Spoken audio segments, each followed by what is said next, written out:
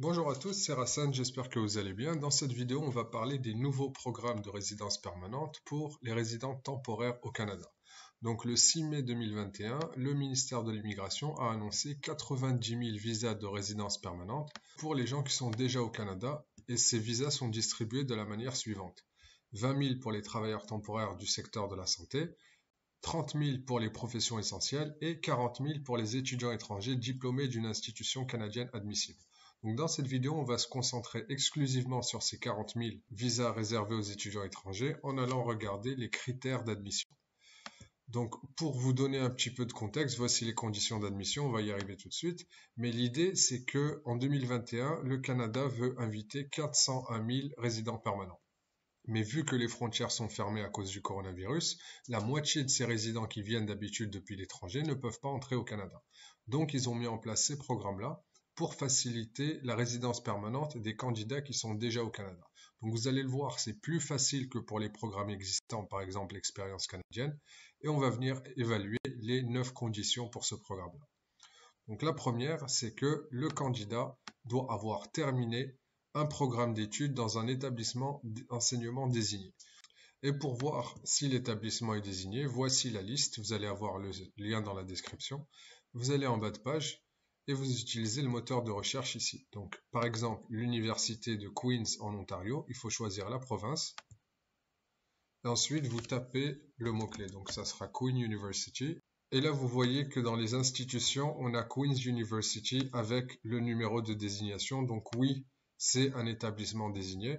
Et vous voyez ici que le programme offre des permis de travail post-diplôme. Donc, pour vérifier que votre établissement est désigné, vous pouvez utiliser cet outil sur le site du gouvernement. Ça, c'est le premier critère. Là, vous avez tous les détails. Il faut que la formation que vous ayez suivie ait un minimum de 900 heures d'études. Sinon, ça ne sera pas admissible. Donc ça, c'est le premier critère. Ensuite, on a critère numéro B, avoir obtenu un des diplômes correspondant au diplôme décrit ci-dessus. Donc là, vous avez la liste de tous les diplômes possibles. En gros, ça regroupe absolument tout. Baccalauréat, maîtrise, doctorat, certificat, attestation, etc., etc.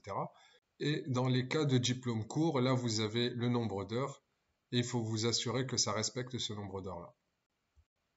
Ensuite, critère C, c'est avoir été autorisé à étudier, c'est-à-dire avoir un permis d'études pendant que vous étiez étudiant. Critère D, c'est occuper un emploi au Canada. Donc là, pour les candidats de l'expérience canadienne, avant, le critère, c'était occuper un emploi et avoir aussi 1 an d'expérience au Canada. Avec ce nouveau programme, c'est plus facile car vous n'êtes pas obligé d'avoir complété 1 an d'expérience. Vous pouvez directement demander la résidence permanente à partir du moment où vous satisfaites aux 9 critères. Donc ça, c'est le critère numéro 4, avoir un emploi. Critère numéro 5, c'est avoir obtenu le niveau 5 dans les niveaux de compétences linguistiques. Donc là, encore une fois, c'est plus facile car avec l'expérience canadienne, le niveau 7 était le niveau minimum. Ici, on ne demande qu'un niveau 5, en français ou en anglais. Le niveau 5, c'est vraiment facile à avoir. Il n'y a rien d'exceptionnel. À partir du moment où vous parlez la langue, vous pouvez scorer un niveau 5. Ensuite, le 6e critère, c'est évidemment de résider au Canada à titre de résident temporaire, donc avoir un permis de travail et être capable de travailler et de résider au Canada. Le 7e critère, c'est avoir l'intention de résider dans un territoire autre que le Québec, parce que le Québec a son propre ministère et qui font les choses différemment. Donc ce programme ne s'adresse pas aux gens qui veulent résider au Québec. Le critère suivant, c'est d'avoir présenté une demande de résidence de permanente, c'est évident. Ensuite, il faut avoir présenté sa demande en ligne. Et pour finir, le dernier critère, c'est ne pas être interdit de territoire au Canada, c'est-à-dire ne pas avoir été jugé inadmissible ou avoir reçu un rapport de déportation. Donc vous voyez, c'est assez simple, il y a 9 critères. Les critères les plus importants, c'est d'être au Canada, d'être diplômé d'une institution canadienne désignée et de travailler au Canada sous un permis de travail temporaire. Donc si vous avez ça, le reste, normalement, ça devrait suivre.